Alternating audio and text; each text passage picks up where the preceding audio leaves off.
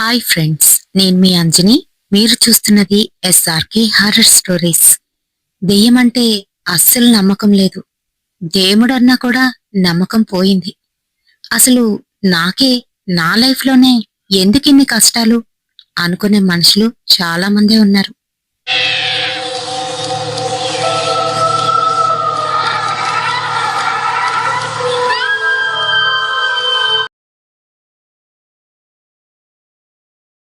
మరి అందులో అనుష ఒకరిదాయి. అనుషకి పెళ్ళయి డైవోర్స్ అయితే అయిపోయింది. ఇంట్లోని అమ్మా నాన్న మా మాట నువ్వు ఎప్పుడూ వినవు, అందుకే నీ లైఫ్ ఇలా అయ్యింది అని తిడుతూ ఉంటారు. వాళ్ళు కోరుండి చేసిన పెళ్ళైనప్పటికీ కూడా రివర్స్ లోని అనూషనైతే ఆడిపోసుకుంటూ ఉంటారు. సొంత తల్లి తండ్రే అలా అంటూ ఉంటే బయట వాళ్ళు ఇంకెలా ఉంటారు చెప్పండి. అయితే మరి అయితే తన మటుకు ఎవ్వరి ఆధారం లేకుండా తన మటుకు తను ఇండిపెండెంట్ గా బతకాలని అనుకుండే మనస్తత్వం. తను ఉద్యోగం చేస్తూ ఉంది. ఇంకా ఇక్కడుంటే ఇలా వీళ్లతోనే చీవాట్లు తప్పవు అని తెలుసుకుంది. ఆఫీస్ వాళ్ళని బ్రతిమలాడుకొని మరొక ఊరికి ట్రాన్స్ఫర్ అయితే పెట్టుకుంది. అక్కడికి వాళ్ళమ్మ నాన్న రానంత దూరంలోని. అంతేకాదు, వాళ్ళ రిలేటివ్స్ తోని ఎవ్వరితో కూడా మాట్లాడడం మానేసింది. అంతేకాదు, ఎటువంటి ఫంక్షన్ కి కూడా వెళ్లడం మానేసింది. తనకున్నది తన కలీగ్స్. ఆ కలీగ్స్ తోనే మాట్లాడుతూ ఉండేది. తనకున్నది ఒకే ఒక్క బెస్ట్ ఫ్రెండ్ మీనా. మీనా అదే ఊర్లో ఉండడంతోనే తను అక్కడికైతే ట్రాన్స్ఫర్ పెట్టుకుంది. షిఫ్ట్ అవుతున్న రోజే మీనాకైతే విషయం చెప్పింది. బానే ఉంది కాని నువ్వు ముందు ఇక్కడ ఏదైనా ఇల్లు చూసావా అని అడుగుతుంది మీనా.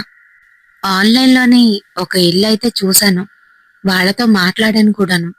బానే ఉంది. ఇప్పుడు ఇప్పుడు వస్తున్నానుగా, అంతా ఎలా ఉందో అనేది తెలిసిపోతుంది. ఆ తర్వాత కాల్ చేస్తాను అని కాల్ అయితే కట్ చేసింది.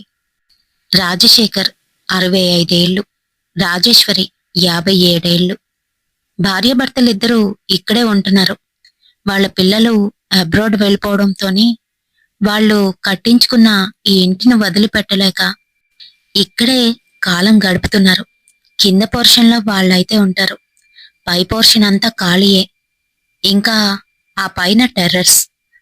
మరి వీళ్ళకి అది చాలా ఎక్కువ. అంతేకాదు, పై పోర్షన్లో ఎవరైనా ఉంటే వాళ్ళకి సందడిగా ఉంటుందని వాళ్ళు ఈ ఇంటి గురించి నెట్లోనైతే పెట్టించారు వాళ్ళ పిల్లల చేత.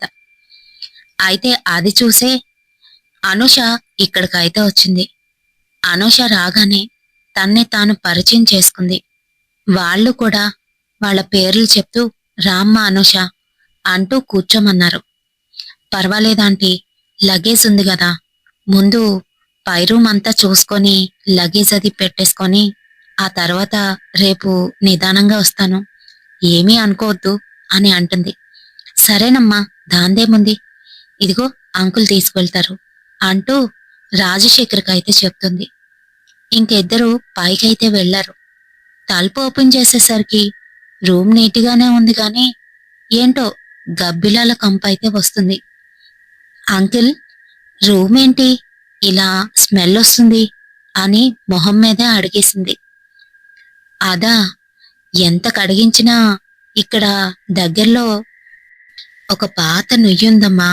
ఆ నూతిలోని గబ్బిలాలైతే తిరుగుతూ ఉంటాయి.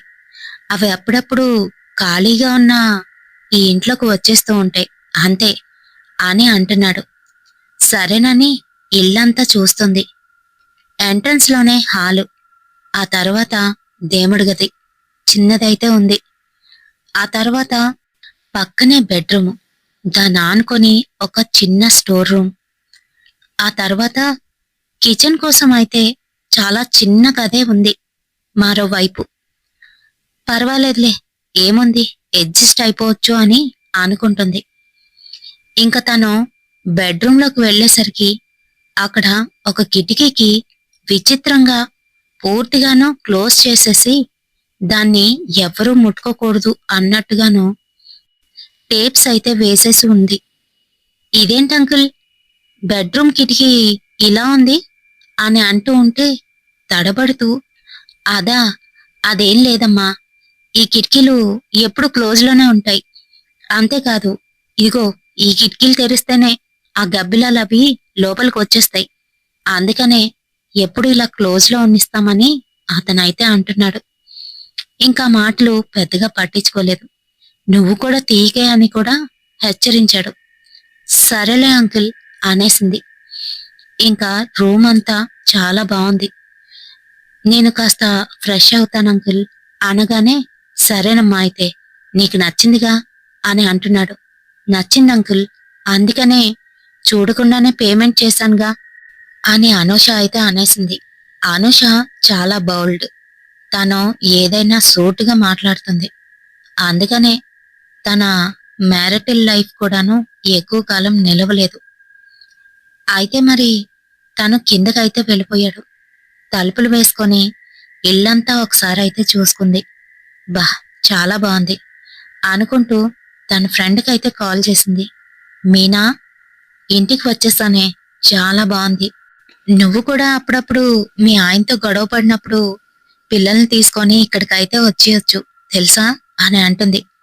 చి, ఆపవే. తా చెడ్డ కోతి వనం అంతా చెరిచినట్టు నీ మ్యారిటల్ లైఫ్ ని ఎలాగా పాడు చేసుకున్నావు, ఇప్పుడు నాది కూడా పాడు చేస్తావా ఏంటి తల్లి అని అంటుంది. వాళ్ళిద్దరికీ అంత క్లోజ్నెస్. తను ఏమన్నా తినైతే పట్టించుకోదు.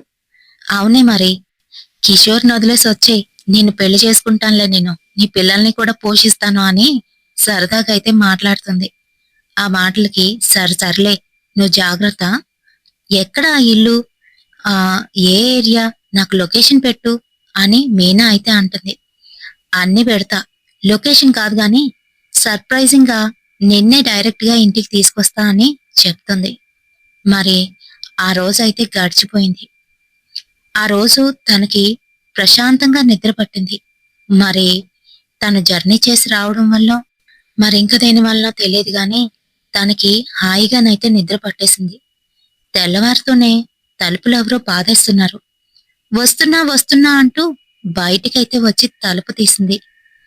అమ్మా, నేనే పంపించా, పాలవాడు, నీకు పాలు అవసరం అవుతాయని అని అంటుంది కింద నుంచి రాజేశ్వరి. ఆ ఆంటీ, థ్యాంక్ యూ అంటూ పాలవాడితో మాట్లాడి తన పాలు తీసుకొని లోపలికైతే వెళ్ళిపోయింది. ఇంకా ఆ రోజు ఆఫీస్కి కూడా వెళ్ళడం జరిగింది. కొత్త కలీగ్స్, కొత్త ఇల్లు, కొత్త పరిచయాలు, అంతా తొందరగా అయిపోతుంది. వారం రోజులు గడిచేసరికి అందరూ బాగా క్లోజ్ అయితే అయిపోయారు. కానీ తన ఇంటికి వచ్చిన దగ్గర నుంచి తనకైతే రోజు ఇదే తంతు. రాత్రి, మధ్యరాత్రి అయ్యేసరికి ఎందుకు వస్తుందో తెలీదు, తెలివైతే వచ్చేస్తుంది. నిద్ర పట్టదు, చికాగ్గా ఉంటుంది. మరొక రూంలోకి వచ్చి పడుకుందామంటే తనకేమో ఏవేవో ఆలోచనలు. ఇంక అందుకనే తను రాత్రిపూట కూడాను తన జాబుకు సంబంధించి చిన్న చిన్న పనులు చేసుకోవడం మొదలుపెట్టింది ల్యాప్టాప్లో. మరి వారం రోజులు గడిచేసరికి కళ్ళ కింద డార్క్ సర్కిల్స్ వచ్చేసాయని అనుకుంది. ఇంక అంతే, అది కరోనా టైం. మీనా కూడా తిన దగ్గరికైతే రాలేదు. 1 వీక్ టైంలోని అంతా జరిగిపోయింది. మరంతే, లాక్డౌన్ విధించేశారు. ఎవరిళ్లలా వారు ఖైదీల్లాగా బయటికి రాకుండా అక్కడే ఉండాలి. అయితే మరి తను ఒక్కరిదాయే ఆ ఇంట్లోని లాక్ అయినట్టుగానైతే అయిపోయింది.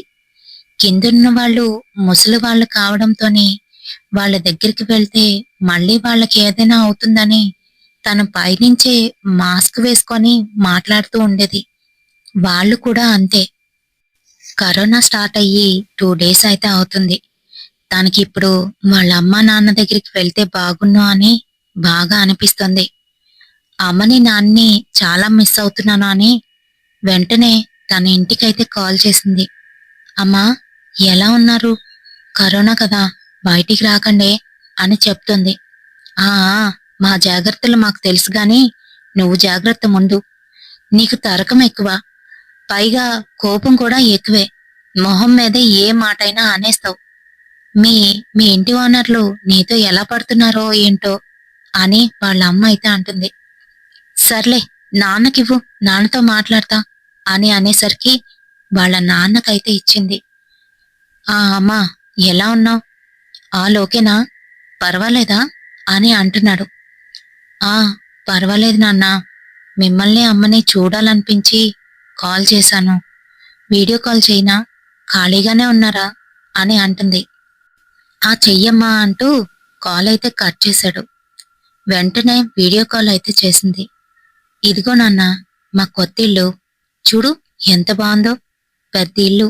ఈసారి నువ్వు అమ్మ కూడా వచ్చి నాతో ఉండొచ్చు అని అంటూ ఉంటే పక్కనున్న వాళ్ళ అమ్మ వచ్చి, ఆ మేమొచ్చి నీ దగ్గరే ఉండాలి, అప్పుడు గాని మాకందరూ పెట్టరు ఇంత గడ్డి అని మాట్లాడుతుంది. నిష్ఠూరాలు మాట్లాడుతుంటే నువ్వు ఊరుకోవే. ఆ అమ్మా, నీకు ఆరోగ్యం బాగానే ఉందా అని అడుగుతున్నాడు. బానే ఉంది నాన్న, నేను అన్ని ప్రికాషన్స్ తీసుకుంటున్నాను, మీరు జాగ్రత్త. సరే అయితే ఉంటాను అని చెప్పి పెట్టేలోపు, నీ వెనకాతల నీ వెనకాతల ఎవరమ్మా అని వాళ్ళ నాన్న చూస్తున్నాడు. నా వెనకాతల? నేను మా బెడ్రూమ్లో ఉన్నాను నాన్న, ఇక్కడ ఎవరు లేరే అంటూ ఒకసారి కెమెరాని చుట్టూ అయితే తిప్పి చూపించింది. ఎవరూ కనిపించలేదు. లేదమ్మా, ఇందాకలా ఇందాకల నీ వెనకాతల ఎవరో ఉన్నారు. అది అది చూశాను నేను. మీనా ఏమైనా వచ్చిందా ఏంటి? అయినా కరోనా టైంలో ఎందుకు అలా కలవడం అని అంటున్నాడు. కోప్పడుతున్నాడు. నాన్న నాన్న, నేను నేను ఇంటికి ఎవరిని రానివ్వలేదు. పైగా మీనాకి పాపం ఈ ఇల్లు కూడా తెలీదు. నేను దాన్ని తీసుకువస్తానని చెప్పాను గాని దాని ఇంటికి కూడా వెళ్ళడం అవ్వలేదు. అదెలా వచ్చుంటుంది? చూడండి ఒకసారి. కర్టెన్ చూసి మీరు ఏదో అనుకుని ఉంటారు. అంతే నాన్న అని చెప్పేసింది. సరేలే అని తను కూడా కాల్ అయితే కట్ చేసేసాడు. మరి రాత్రి 1 గంట అవుతుంది. నిద్రలోకి జారుకుంది.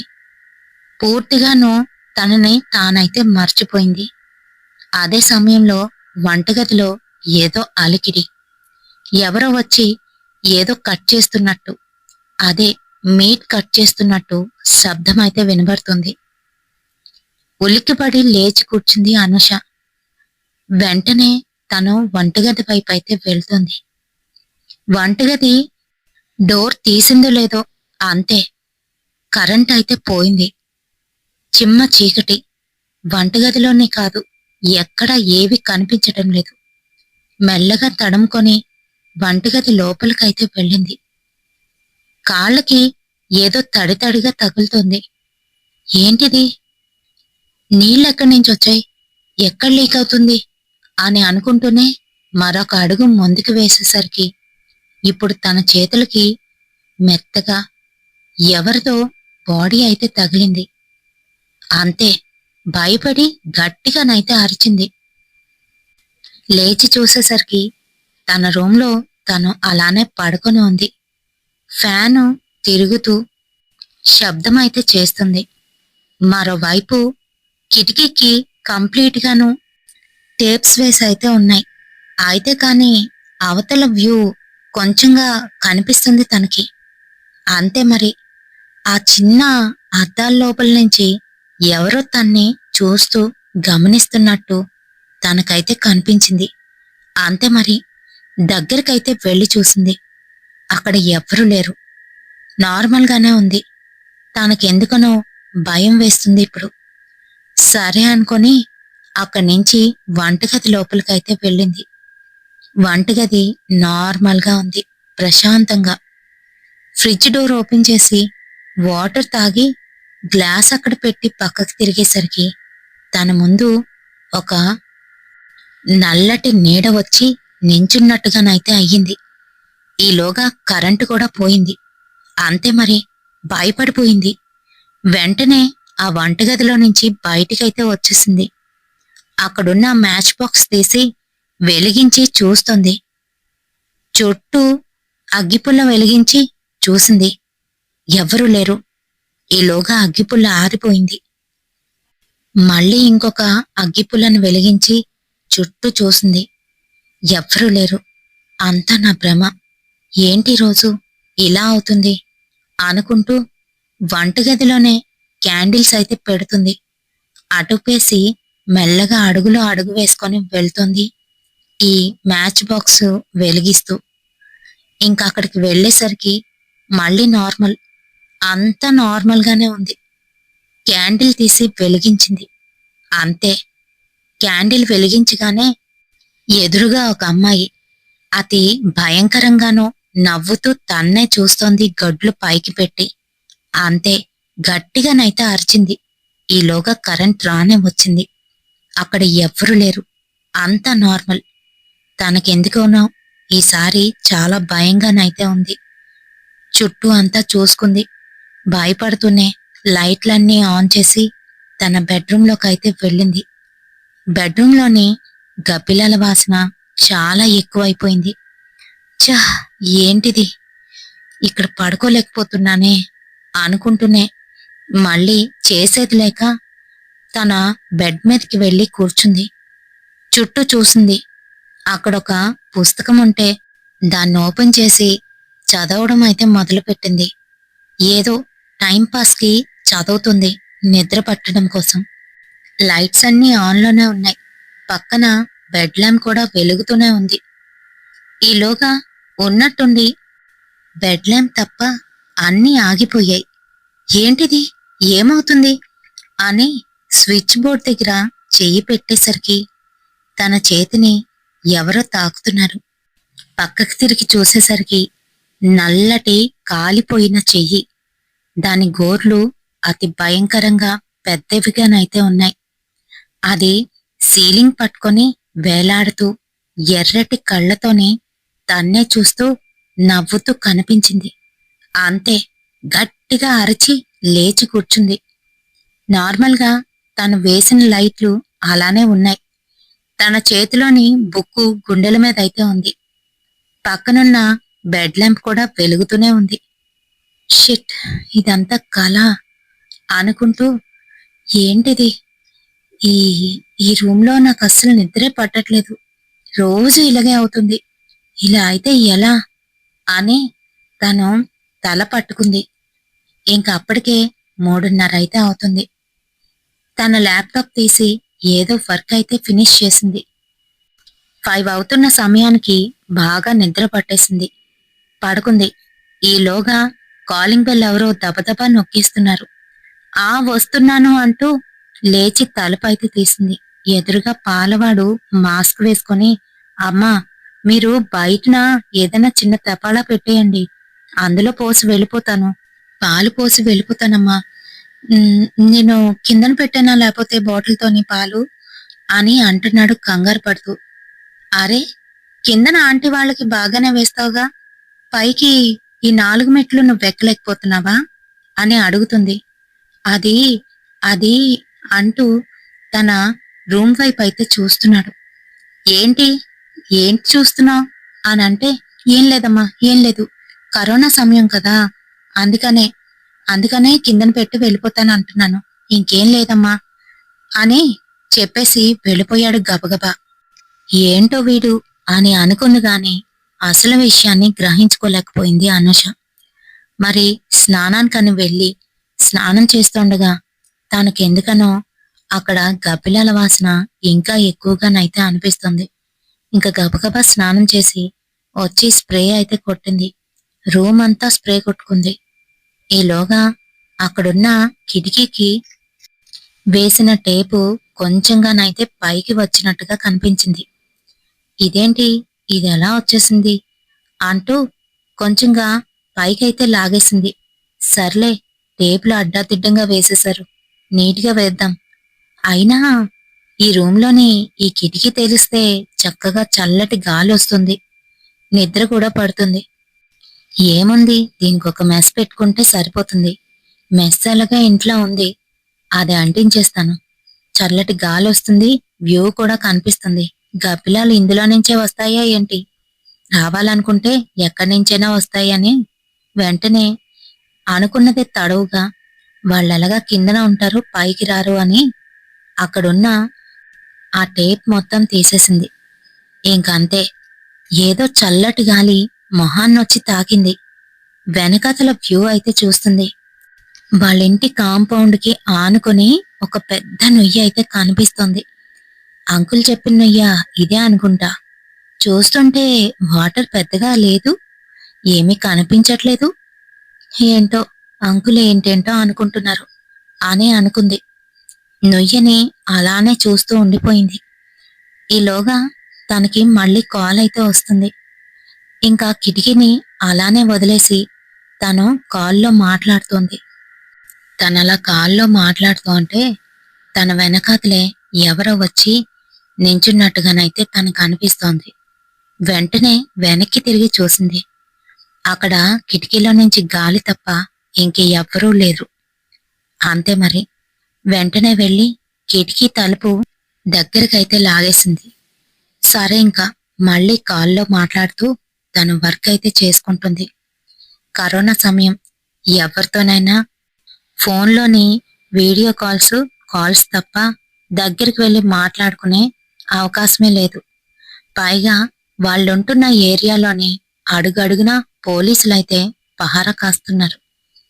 తెల్లవారి 1 గంట, సాయంత్రం 1 గంట మాత్రమే ఏవైనా కాయగూరలు గాని లేదా ఇంకేమైనా తెచ్చుకోవడానికి బయటికి వెళ్ళడానికి ఛాన్స్ అయితే ఉంది. మరి వాళ్ళ ఇంటి దగ్గర నుంచి చాలా దూరంలోని బజార్ అయితే ఉంటుంది.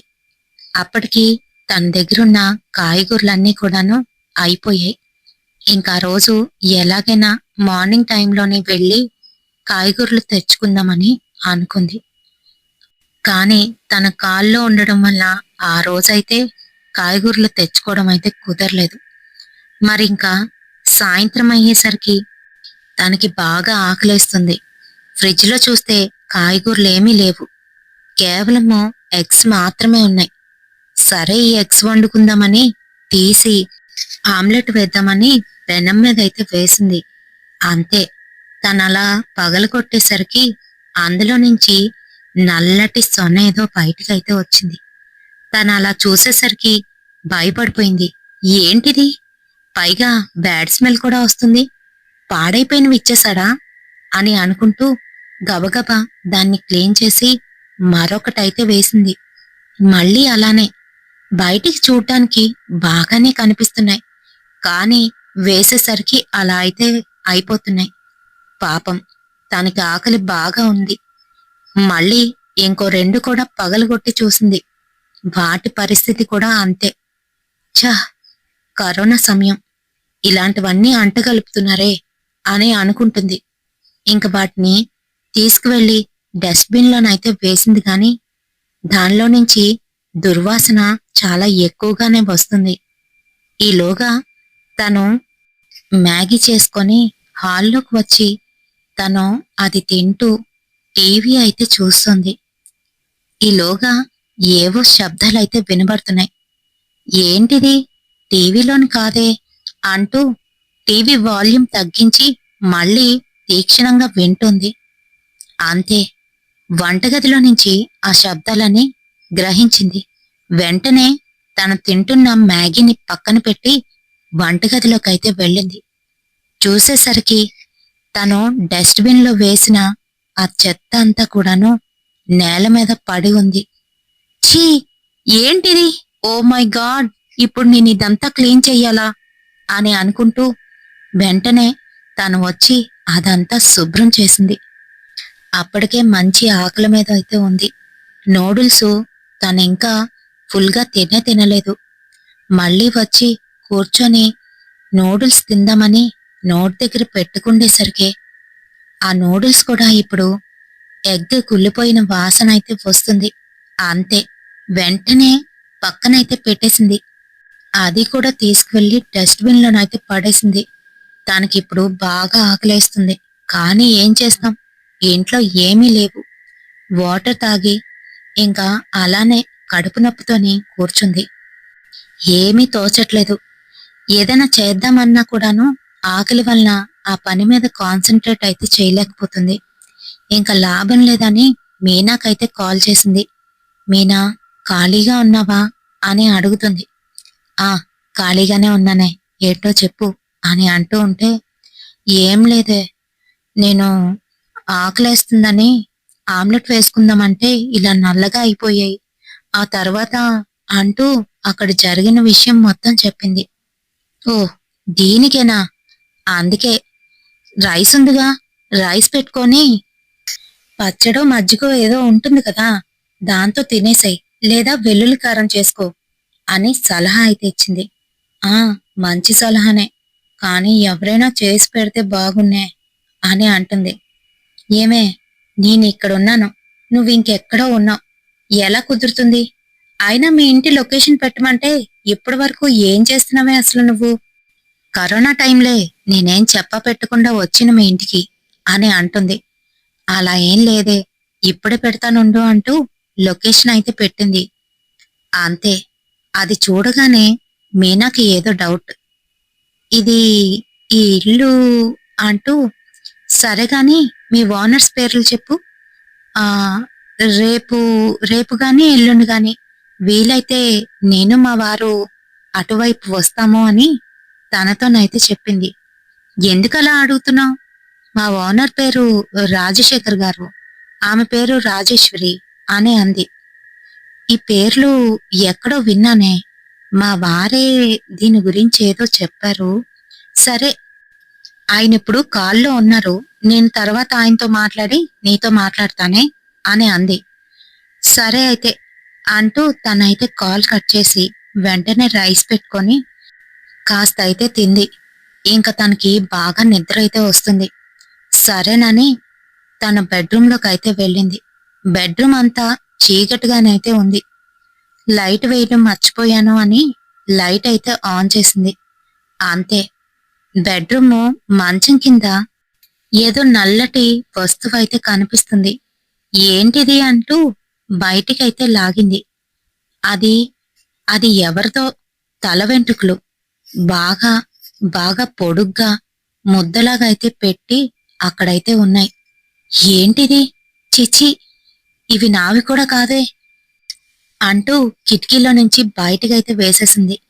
మరి ఫర్నిచర్తో పాటు వాళ్ళైతే తనకి ఆ ఇంటిని అప్పచెప్పారు. వాళ్ళు శుభ్రం చేయించలేదా ఏంటి అని అనుకుంది.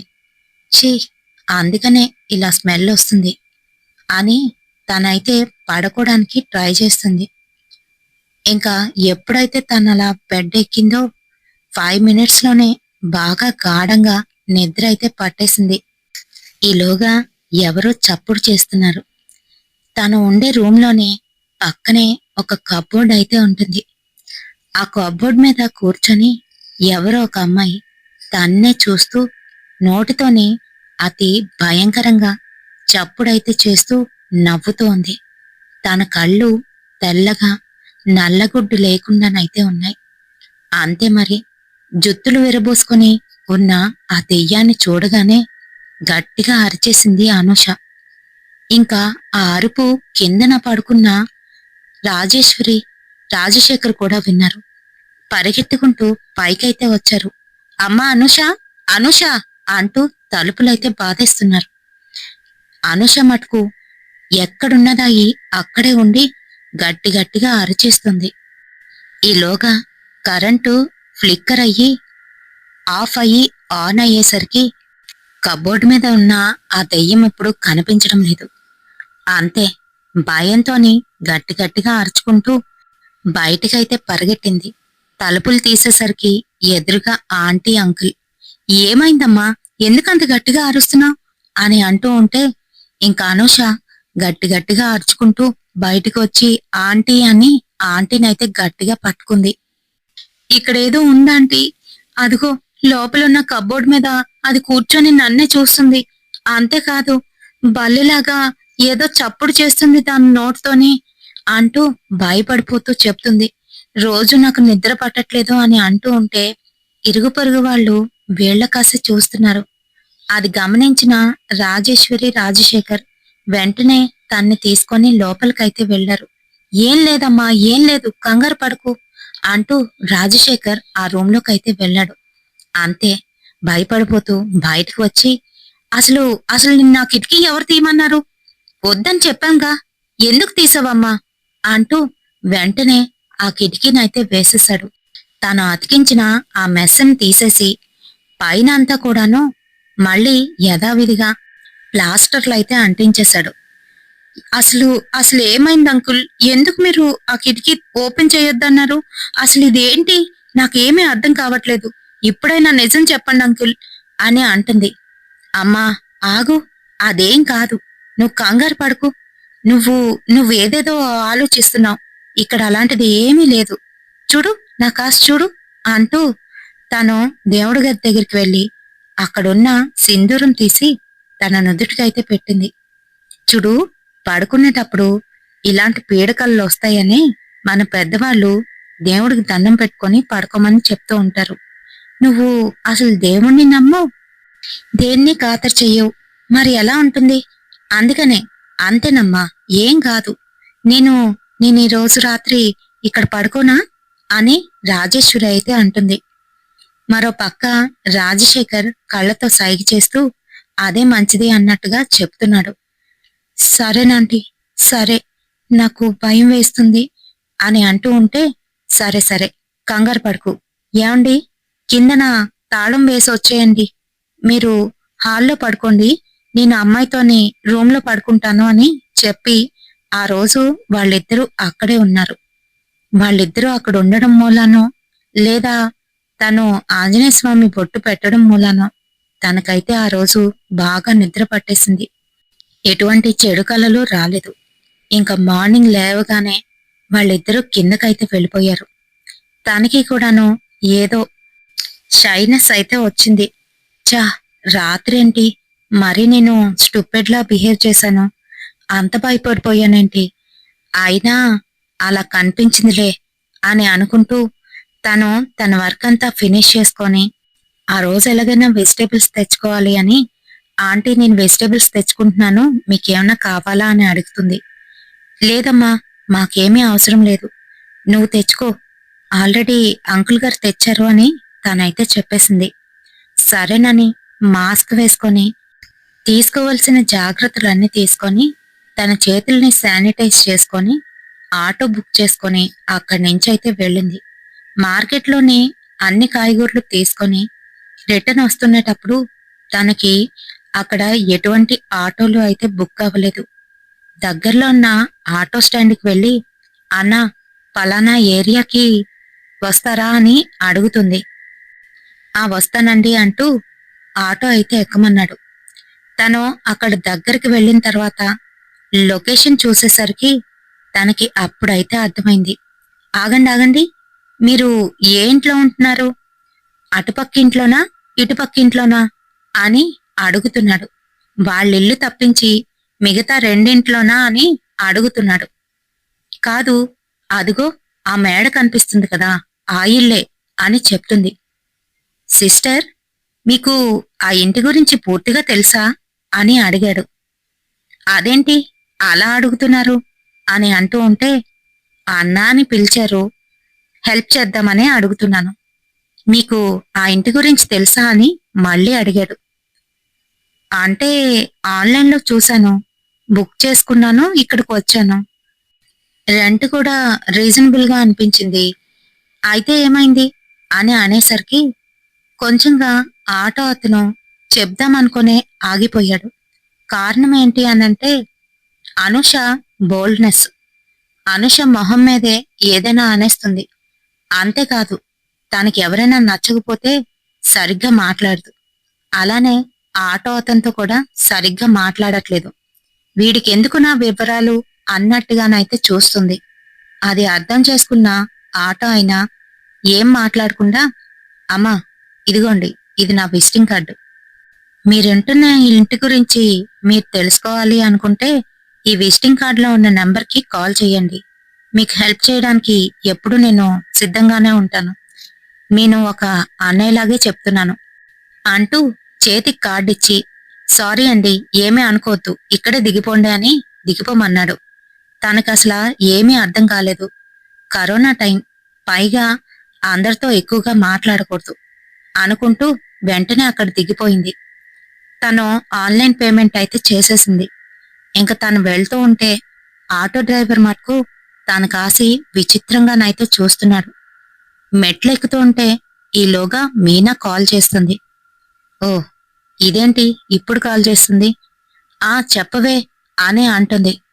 ఏయ్, నువ్వుంటున్న ఆ లొకేషన్లోని మాయా రెసిడెన్సీసేనా మీది అని అడిగింది. ఆ అవును, అయితే ఏమైంది అని అనేసరికి వెంటనే నువ్వు నువ్వు ఎక్కడున్నావే, అసలు అసలు నువ్వు ఆ ఇంట్లోనే ఇన్ని రోజులు ఎలాగుండగలిగావు అని గాబరా పడిపోతుంది మీనా. ఈలోగా పైకి వచ్చి తాళమైతే తీసింది. అంతే, లోపలేవో శబ్దాలు. తిను ఎప్పుడైతే తాళం తీసి తలుపు తీసిందో శబ్దాలన్నీ ఆగిపోయాయి. మీనా, ఒక్క నిమిషం ఆగు, నేను నేను ఇల్లంతా చెక్ చేస్తాను, ఎవరో వచ్చినట్టుగా శబ్దాలొచ్చాయి అని అంటుంది. మీనా కంగారు పడిపోతూ, నువ్వే ఆగవే, ఇంట్లోకి వెళ్ళొద్దు, వెళ్ళొద్దు అని హెచ్చరిస్తుంది. ఏ ఏమైంది అనుకుంటూ వంటగది వైపు వెళ్లి చూసింది. అక్కడ తాను పెట్టిన సామానన్నీ చిందరవందరగా పడి ఉన్నాయి.